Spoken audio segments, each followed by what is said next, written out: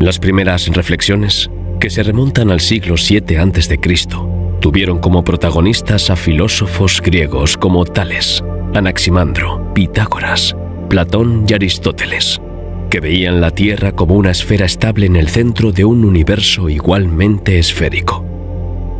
Aristóteles describe la Tierra como compuesta principalmente por el elemento tierra, rodeado de agua, aire y una capa de fuego.